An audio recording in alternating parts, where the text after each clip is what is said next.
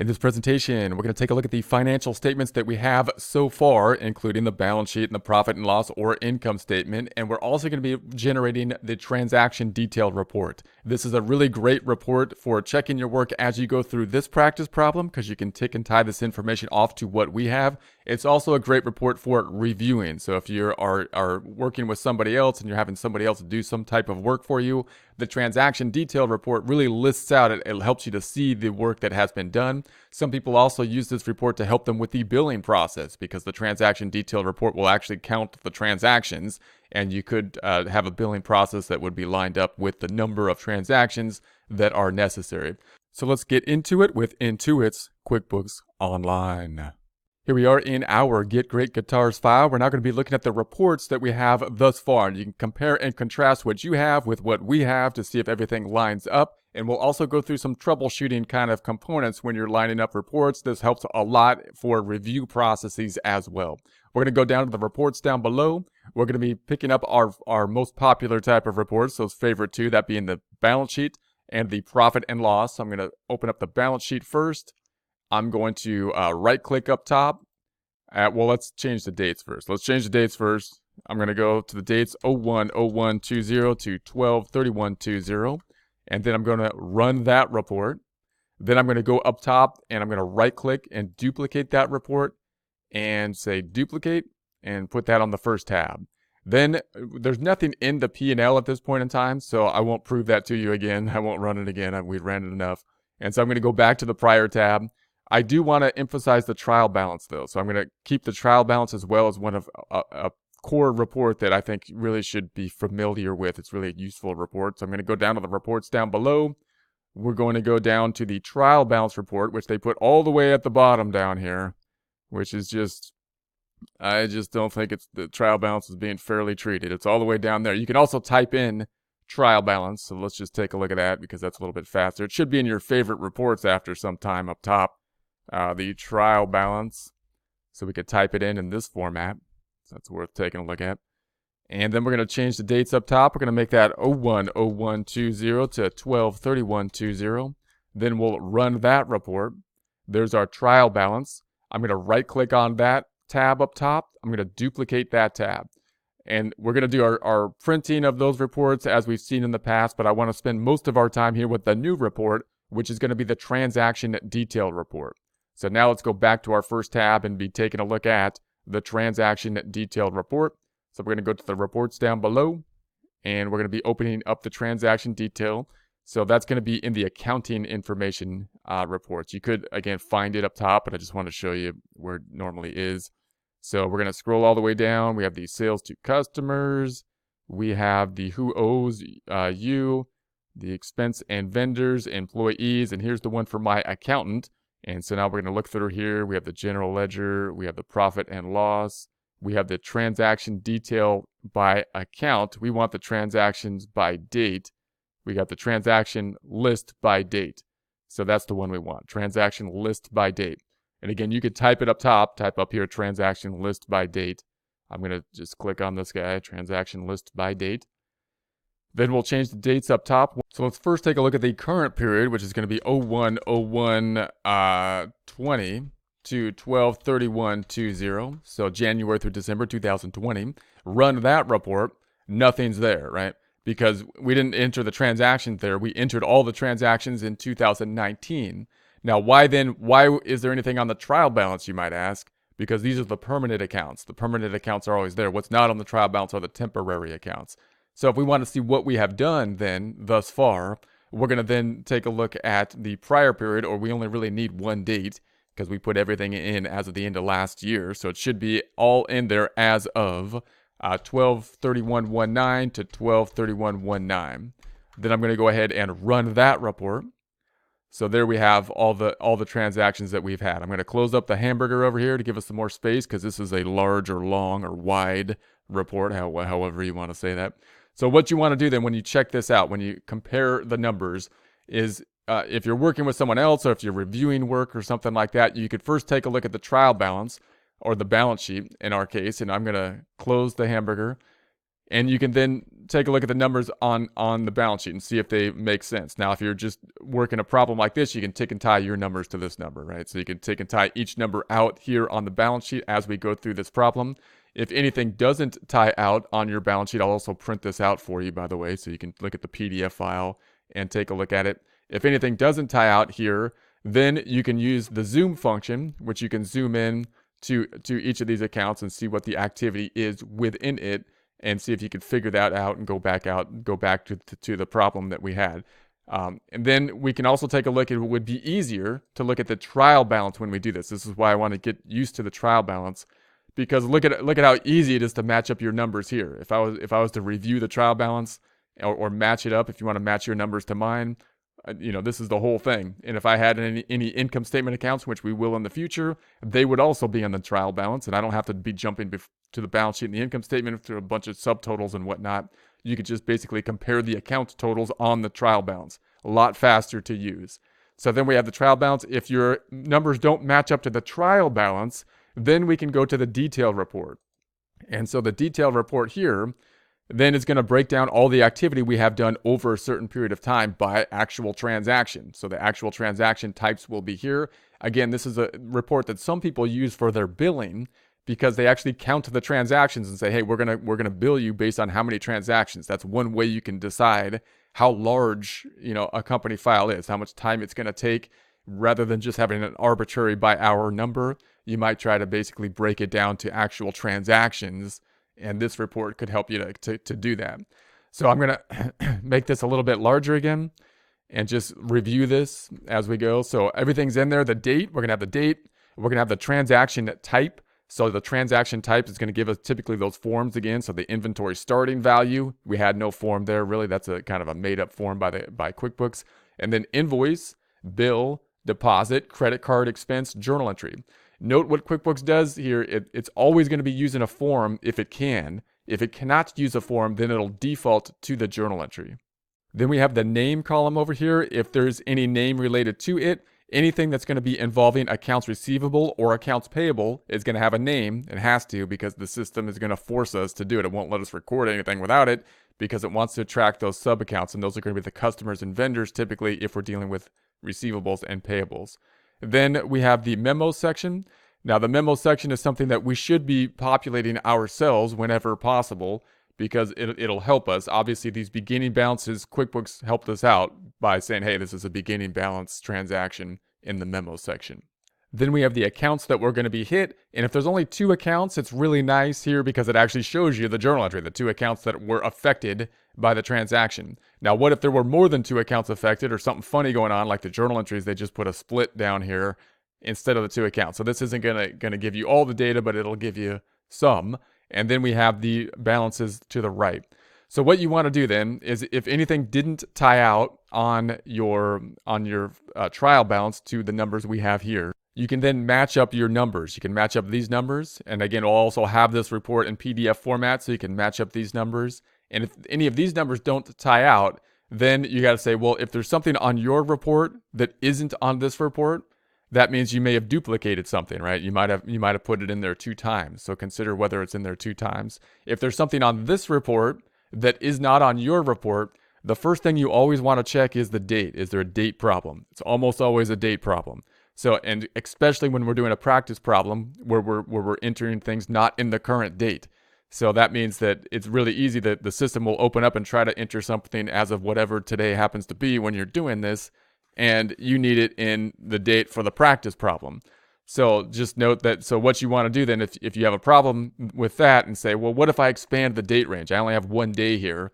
What if I expanded the date range to like 01/01/19 to 12/31/20, and then ran that report, run that report, and see if you see any more transactions? Then go over to your dates over here and see if you see any date over that wide range of dates that is anything other than 12/31/19.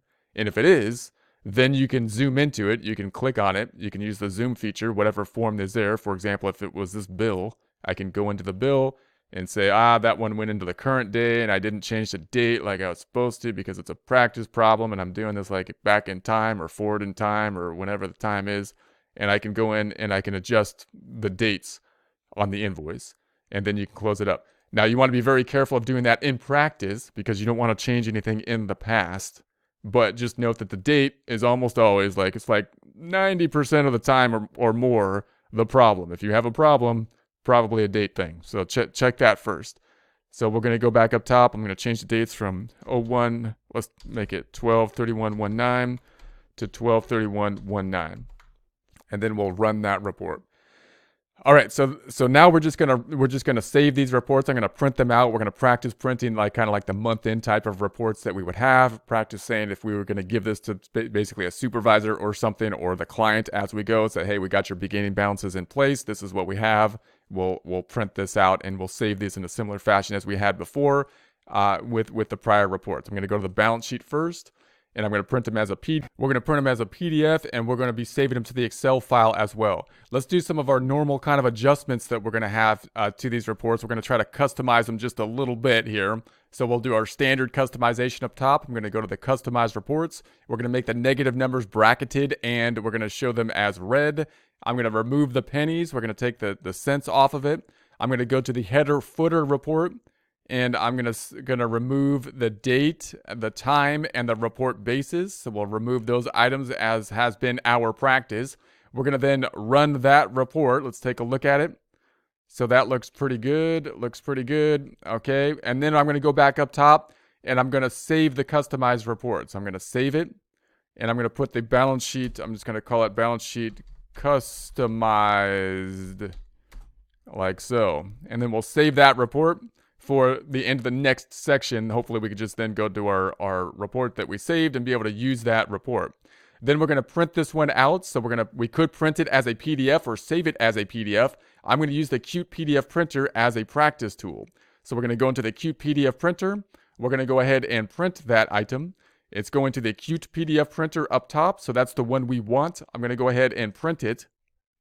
Then we create I made a new folder down here. I'm going to call it number 6, new company files. That's going to be the section we're on. Obviously in practice, you might want to save it, under the company name and possibly the date and so on and so forth. I'm going to go into that file. I'm going to call it the balance sheet, which I already printed once. So I'm going to overwrite the balance sheet here. And then I'm going to go ahead and save that. And I'm going to say, yes, please. And there it is. Okay, that's the first one. Let's do the same thing for the trial balance now. I'm going to go back to the trial balance. I'm going to do the same thing. Let's do our little customization up top that we like to do. I like to have the bracket numbers instead of the negative sign. Make the negatives in red. Remove the pennies. We'll remove the pennies in the header and footer tab. We're going to be removing the report title and not the title. I want to keep the title. We want to remove the date prepared, time prepared, and report basis. Then we'll run that report. So there we have that. Looks good. Now we're going to go ahead and print that to the Qt PDF printer. We'll save it as a PDF file. So we're going to print that one. It's going to be going to the Qt PDF printer. Looks good. We're going to go ahead and print it then. There we have it. We're going to call this a trial balance. We're going to call it a trial balance. All right. There we have that one. I'm going to save that. That looks good. So I can close this back out. Now let's go back to our transaction detailed report. Transaction detailed report. And we're going to do the same process here, our customization up top. I'm going to make it, remove the pennies. I'm going to make the negative numbers bracketed, show in red. I'm going to say the header tab. I'm going to remove the date and time. And then I'm going to say run that report. So there we have that. All right, let's do that one. And then I'm going to print that to the Qt PDF printer. And I'm going to say, let's print that one out. Print it to the Qt PDF printer. And there it is. I'm going to call this, what are we going to call this? We're going to call this the transaction list by date. All right. So I'm going to save that. So there we have that. And then I'm going to save this one as customized as well. So I'm going to save it as customized. So transaction by date, customize. I'm just going to put it in there as customized. And all we did was some formatting changes. I'll go back to the trial balance and do the same thing here. I'm going to save the customize. So trial balance, customize. Okay, now we're going to export it to Excel. So we're going to do the same process, exporting them to Excel. So that's the other way that we can save these reports, just practicing that same format. So now I'm going to be exporting. I'm going to select the drop down. We're going to export it to Excel. So there we have it. Normally I'll check. I'll go to the second view to see if it fits on one page. It does. Back to the prior view. So it looks good. I'm going to go ahead and save this. I'm going to go to the File tab up top. I'm going to save as. We're going to browse to put it where we want it to be. I'm going to put it in the course data. I'm in section 6. And I'm going to call this just the financial statements because this is going to be the core financial statement document that I'm going to add the other reports to. So I'm going to call this the financial statements. And then I'm going to say save. I'm going to keep this report open because we're going to put the other reports on it. So then I'm going to go back to the reports. I'm going to take a look at the trial balance. I'm going to include the trial balance as well. So I'm going to go ahead and export the trial balance. So we're going to export to Excel, open up that Excel document that has been exported to it from Intuit. And then here we have it. So now we're going to go ahead and copy this and paste this over. So I'm going to go back to the prior tab and do this a little bit faster because we've seen this before, but I just want to keep practicing this. I'm going to add a new tab down below. We're going to add a new tab. Double click on the name, call this a trial balance. Then I'm going to go back to the report that we just created, the trial balance. Select the whole thing by taking the triangle up top or holding down Control A, Control All, and then right click or copy or Control C. And remember, any more computer like keystrokes you can use rather than the mouse is totally more geeky and therefore, better. So we're going to be on A1 and then we're going to paste it and we can right click and paste it, or we can say Control X. All right, so there we have that. And now we're going to do the same for the next report. We're going to go back to our QuickBooks and I want to pick up the transaction list by date. Now this is a long report. We might have to do some formatting too, which is going to be good times. So we're going to go ahead and export this report. We'll open that one up, the report that has been exported from Intuit. So here we have it. It looks a little wide, right? It's a long report. So let's go to the page layout and see if it fits on a page. It doesn't, not even close. Now let's go back to the normal view, and they give us those little line breaks to tell us where the breaks are. So what I'm going to do now is the first thing we'll do when it doesn't fit on a page is we'll go to the page layout. We'll go to the page setup. I'm going to go to the orientation, and I'm going to change the orientation to landscape. And that makes it a little bit better. Still, nowhere where we need it to be. Now, I could delete some columns. Notice this column A I don't need. Now, there's a problem, however, because column A, the way they format these reports is they used, if I go back to the home tab, they merged these cells. And if I delete column A, it's going to mess up the merged cells. So we got to deal with the fact that they merged the cells. So what I'm going to do is I'm going to select this cell. I'm going to go to the Home tab, Alignment, and in this Merged area, I'm just going to click it again, the button, not the drop down, and that'll remove the merging. So now it's unmerged. So Home tab, Alignment, Unmerge. Home tab, Alignment, Unmerge. That merging thing, by the way, is a mess. Like if you can not merge things, then I would not merge things as a general rule if you can avoid it. There's other ways to deal with we'll talk about that. I'm going to highlight these three and then move it over. So now I'm just moving those over. Now I can finally delete column A, which I don't need. I'm just going to delete the whole column. So I also may not need column D. Isn't really giving me any added information. I could say that's not really necessary. I'm going to delete column D. Let me just, column D was, and then this number start isn't really doing much for me here either. So I'm going to go ahead and delete the whole column C. Don't really need column C. And we're getting close now. I think this column can be a little bit smaller. I'm going to go ahead and make this column a bit smaller here. And this column could be a little bit smaller. Let's make that one a little bit smaller. So that's pretty close. I'm not sure I need the whole name and vendor column. So maybe I'll just delete the name and vendor column. See if that gives us close to where we need to be. All right, that's pretty close. And then I'll just make this one a little bit smaller. And now I'm within where we need to be. So it also kind of messed up the format, made these cells a little bit longer. So I can I can maybe make those a bit smaller like that, or something like that. All right, so that fits on a page just for example. Now, if you wanted to merge these cells again, you can go back up top, and then I can go back to the Home tab, Alignment, and remerge them.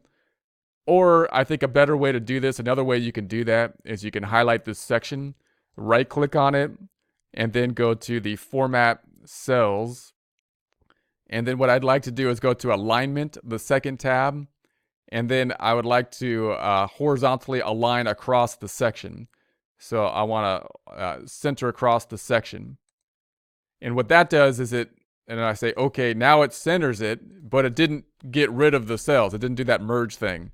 And that merge thing really kind of messes up, like if I want to delete something, it messes things up. So if you can avoid merging things and use that centering tool, then it'll be a little bit easy. I'll show you it again.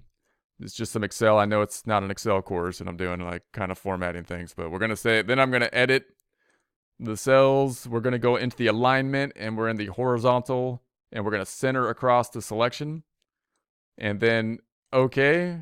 And then let's do it one more time. Down here, right click, and we're going to format the cells and I'm going to center them across the selection and okay. So there we have that. Now let's copy this whole report and put it to where we want it to go. So we're going to put it onto this report. I'm going to add a new tab. We're going to call this the transaction detail. Go to the prior tab. I'm going to pick the whole thing up, selecting the triangle, right click and copy. Go back to the current tab. In A1, you got to be in A1. And I'm going to hit Control V. And then I pasted it. So there we have it there. I could adjust these cells, got large again for some reason, but I'm going to keep it like that. And does it fit on one page over here? No, because I didn't landscape it. So I'm going to go to the page layout, landscape. Now note all that formatting we did, we probably don't want to do, it'd be better to do that formatting at the end stage. I should have copied and pasted the whole thing, in other words, here, and then done all the formatting. But in any case, now let's see if we can save this. And then I'm going to print it as a PDF. Going to go to the File tab. We're going to go to the Print button. We're going to be printing it to the Qt PDF printer.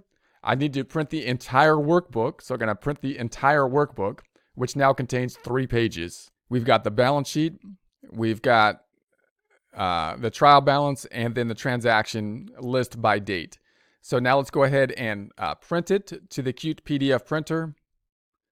And it's going to ask us where do we want to put it. And we're going to say we're going to put it right here. And it's just going to be called financial statement. So I'm going to say save. That looks good to me.